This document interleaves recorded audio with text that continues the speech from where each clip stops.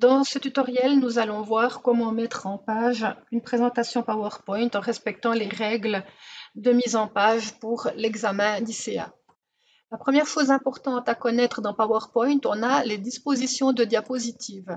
On peut choisir dans une présentation plusieurs choix, par exemple ici d'avoir deux contenus. Puis si je viens me balader dans ma présentation, par exemple, ici qui est déjà existante, je vois qu'effectivement elle contient des diapositives avec ici deux contenus, par exemple. Ça c'est important, pourquoi? Parce qu'on va voir comment uniformiser la présentation au travers du masque, c'est-à-dire que tous les titres et toutes les puces aient le même aspect dans la présentation. Attention, bien entendu, vous devez impérativement respecter les règles et avoir maximum de police pour toute la présentation. Voilà. Je viens donc ici dans Affichage masque. J'aurais pu aussi directement choisir un modèle de conception. Si je referme mon masque maintenant, là on a une présentation neutre. Voilà, si je choisissais par exemple ici une présentation, c'est égal, si je prenais ici par exemple brun, puisque on voit on est à la ferme, ça peut être plus ou moins représentatif. Je pourrais choisir encore par exemple un jeu de couleurs, ici dans la partie de droite, un jeu de couleurs dans les bleus, verts, verts, jaunes, etc. Voilà, par exemple.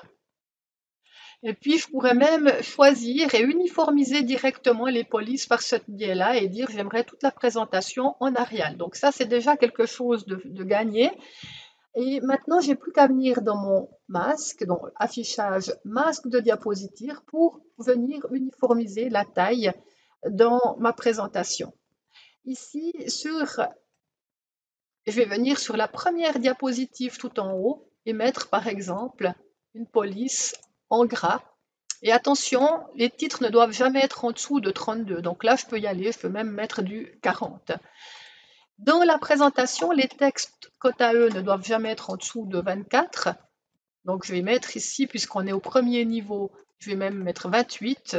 Et puis je pourrais mettre par exemple 24 pour les seconds niveaux, en considérant que je n'aurai pas de troisième niveau éventuellement. Je peux aussi choisir une puce. Voilà, souvent c'est demandé dans la présentation, une sous-puce. Et je peux ensuite les aligner par la règle. Si vous n'avez pas la règle, vous pouvez aller par affichage, puis cliquer ici sur la règle. Toujours dans ce masque de diapositive, on peut vous demander de mettre un logo. Donc je viens ici insérer par exemple le logo de ma présentation. Voilà. On voit que mon logo ici, il a un arrière-plan, ce qui n'est pas évidemment très joli. Donc je peux ici, attention, bouger. Si on me demande de mettre le logo à droite, par exemple, voilà, je viens l'aligner. Avec le format d'image, je pourrais par exemple supprimer l'arrière-plan. Voilà, bon là évidemment c'est pas très judicieux. Pourquoi? Parce que ça m'a caché d'autres éléments de mon image. Donc je pourrais rétablir l'image comme elle était tout à l'heure. Je pourrais mettre par exemple des images, une option de transparence. De mettre par exemple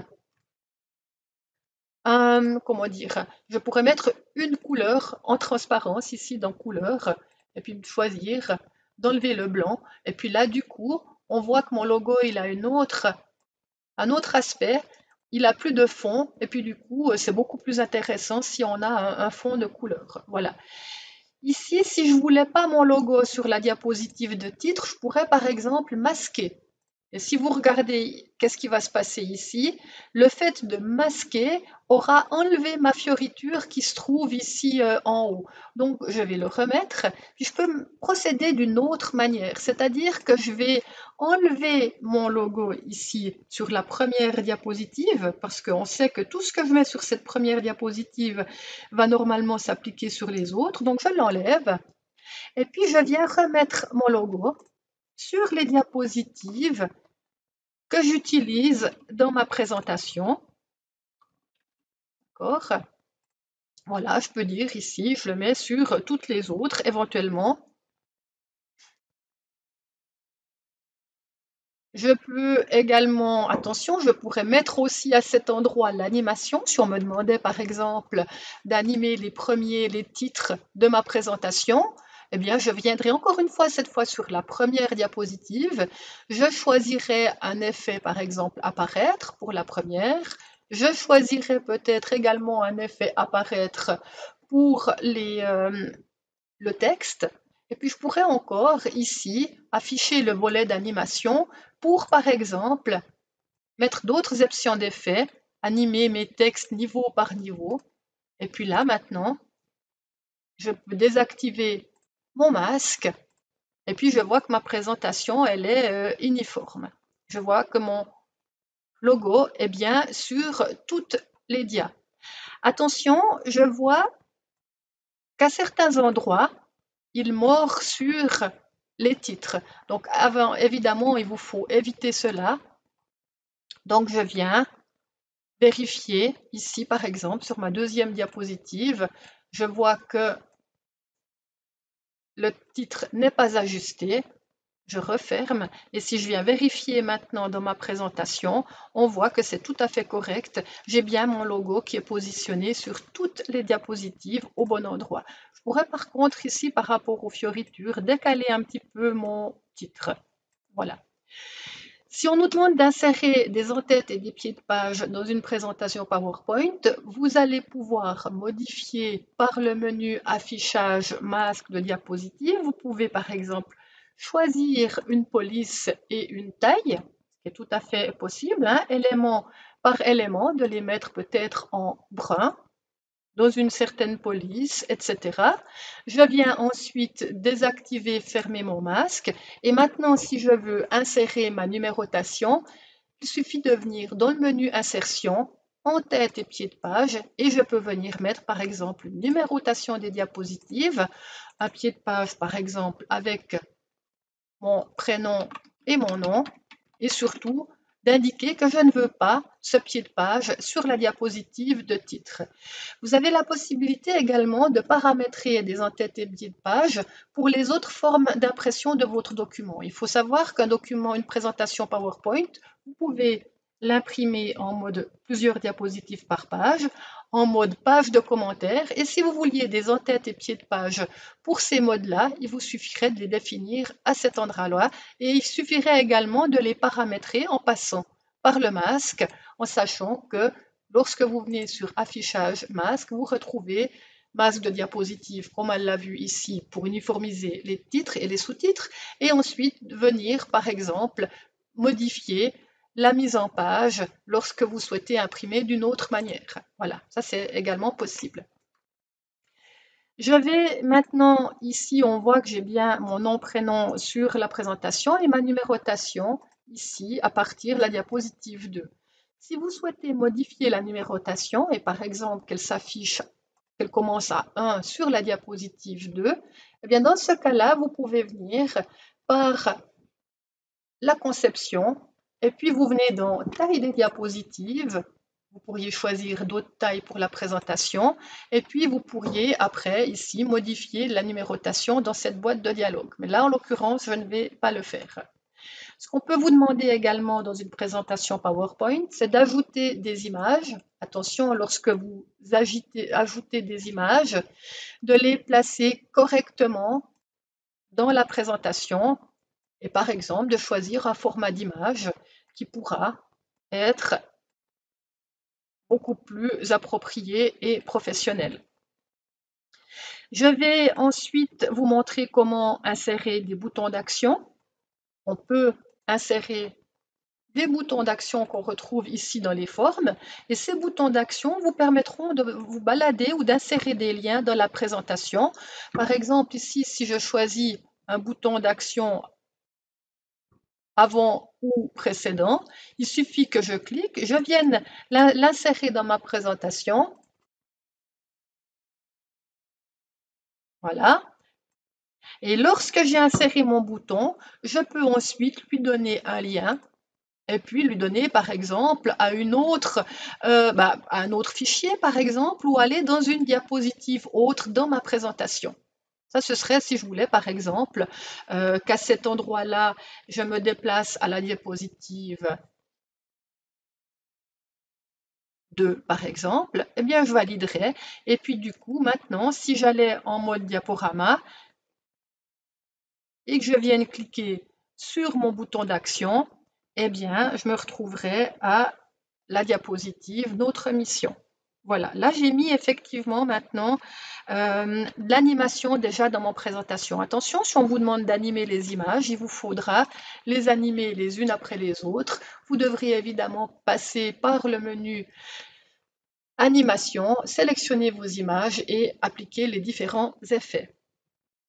Maintenant, on pourrait également vous demander d'insérer ce qu'on appelle un Smart Art. Si j'ajoute, par exemple, je viens dans la partie de gauche, j'ajoute ici représentation importante.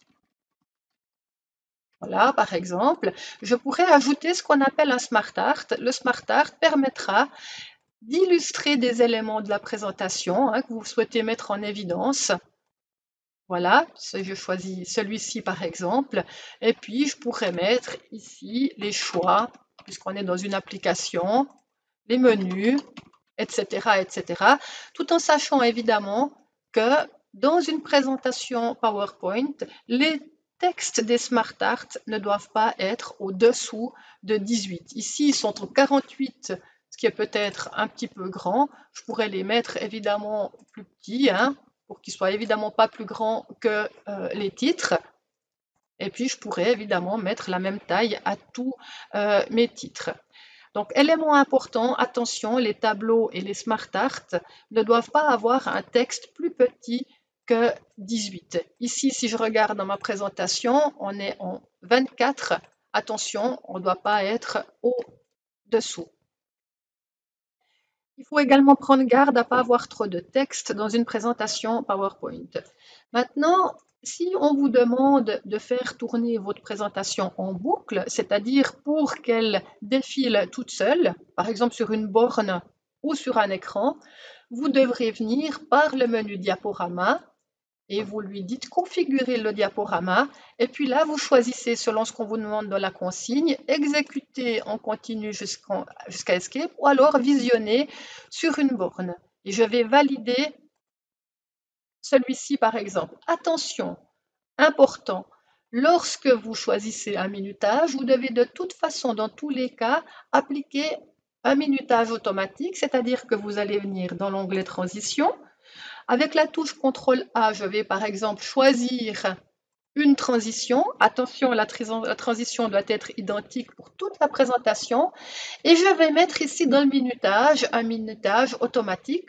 Soit il est précisé dans la consigne, soit je vais mettre un minutage automatique ici de quelques secondes qui permettra de lire, attention, de laisser le temps à la personne de lire votre diapositive.